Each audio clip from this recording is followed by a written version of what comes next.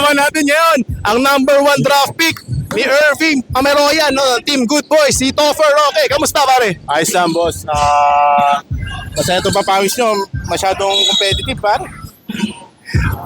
Kamusta naman ang BRBL draft combine so far, no? Nakita ko itong first quarter, napaka-aggressive mo, ibang-iba ang nilalaro ng Topher Roque sa liga na to. Inspired ka ba ngayon? Hindi, kasi nakakaya kay Commissioner Carl, tsaka sa'yo, pare. Nung na-drop ako ng number 1, pare, parang hindi kayo nangyayari.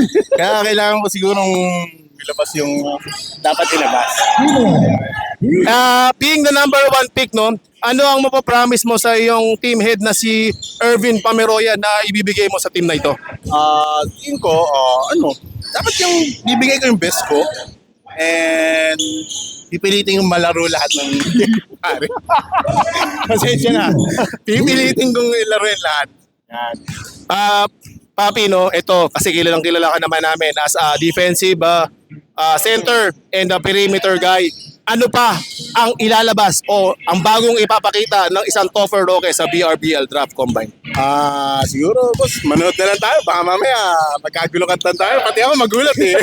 Hindi ko alam kung ano yung ilalabas ko. So, kailangan, siguro, kung ano na lang. Go hard.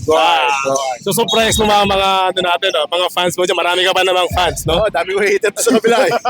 Pagpasok ko pa lang eh, oy, ba't naglalaro ka dyan?